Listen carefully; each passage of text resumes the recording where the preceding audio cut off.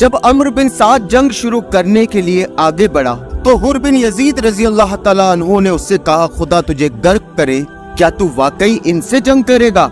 इब्ने साद ने कहा, हाँ खुदा की कसम, और ऐसी जंग की जिसमें सरों की बारिश होगी और हाथ कलम होकर जमीन पर गिरेंगे। हुर ने कहा, क्या उनकी पेश की हुई बातों में से कोई बात भी तुझे मंजूर नहीं? अम्र बिन साद ने कहा, खुदा की कसम, अगर मुझे इख्तियार होता तो मैं जरूर मंजूर कर लेता, मगर क्या करूं, तुम्हारा हाकिम नहीं मानता। हुर रजी अल्लाह ताला अन्हु ये सुनकर वहाँ से हट गए। नवासाए रसूल सल्लल्लाहु अलैहि वसल्लम से जंग के तसव्वुर ने उनके बदन पर कपकपी तारी कर दी और चेहरे पर परेशानी के आसार जाहिर हुए। तो मुहासिर बिन औस कहने लगा, हुर ये तुम्हारी क्या हालत है? तुम पर इस कदर खौफ व हिरास क्यों गालिब है? मुझसे तो जब पूछा जाता कि कोफा में सबसे ज्यादा बहादुर कौन है तो मैं तुम्हारे सिवा किसी का नाम न लेता, मगर इस वक्त तुम्हारी अजीब हालत देख रहा हूँ, आखिर इसकी वजह क्या है? हुर रज़ी अल्लाह ताला अन्हु फरमाने लगे, ये नवासाए रसूल से जंग है, अपनी आकिबत से लड़ाई है। मैं इस वक्त जन्नत और दोज़ख के दरमिया खड़ा हूँ, मगर मैं जन्नत को किसी चीज के बदले नहीं छोड़ूंगा, चाहे मेरा जिस्म टुकड़े टुकड़े करके आग में जला दिया जाए।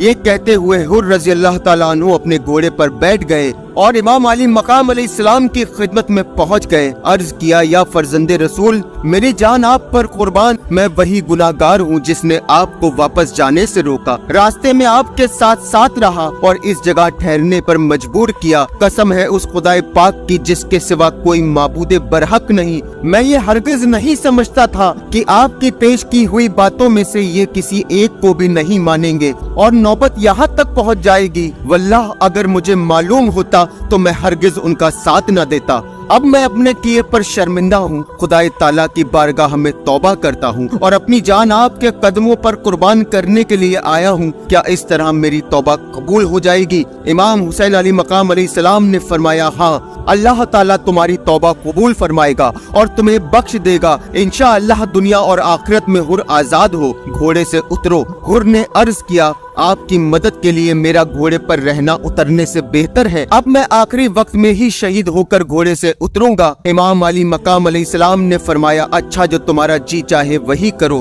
खुदा तुम पर रहम फरमाए। इमाम हुसैन अलैहिस्सलाम से खता माफ कराने के बाद हुर फौरन मैदान में आ गए और पहले मुलायम अल्फाजों में कूफियों से कहा, ऐ लोगो, हुसैन तीन बातें जो पेश करते हैं उनमें से किसी एक को तुम क्यों मंजूर नहीं कर लेते ताकि खुदाए ताला तुमको उनके साथ जंग में मुब्तला होने से बचा दे। इब्ने साद ने कहा, अगर मुझे इख्तियार होता तो मैं जरूर मंजूर कर लेता। ये सुनकर हुर को गुस्सा आ गया और कहा, ऐ कूफा वालों, खुदा तुमको गारत करे कि तुमने नवासाए रसूल सल्लल्लाहु अलैहि वसल्लम को बुलाया और जब वो यहाँ आ गए तो तुमने उन्हें दुश्मन के हवाले कर दिया।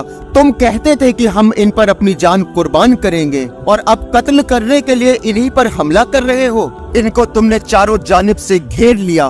तुमने इनको खुदा की लंबी चौड़ी जमीन में जिधर अमन का रास्ता पाए उधर जाने से रोक दिया और अब वो तुम्हारे हाथ में कैदी की तरह हो गए हैं। तुमने इनको, इनके अहले हरम को, इनके बच्चों को, इनके साथियों को दरियाए फुरात के उस बहते हुए पानी से रोक दिया जिसे यहूदी, नसरानी और मजूसी तक पीते हैं, जिससे जानवर भी पीते हैं, मगर उसी पानी के लिए हुसैन और उनकी अहलो अयाल तड़प रहे हैं। तुमने रसूल खुदा सल्लल्लाहु अलैहि वसल्लम के बाद उनकी औलाद के साथ कैसा बुरा सलूक किया है। अगर आज तुम अभी इसी दम तौबा नहीं करोगे और अपने इरादों से बाज नहीं आओगे तो कयामत के दिन खुदाए ताला तुम्हें भी प्यास से तड़पाएगा। कूफियों के पास इस तकरीर का कोई जवाब न था, इसलिए वो हुर रज़ी अल्लाह ताला अन्हु पर तीर बरसाने लगे। हुर ने ये देखकर तकरीर बंद कर दी। चूँकि अभी जंग शुरू नहीं हुई थी इसलिए वो इमाम अलैहिस्सलाम के सामने आकर खड़े हो गए। उसके बाद हुर का बेटा इजाजत लेकर सबसे पहले मैदान में गया और जंग शुरू की।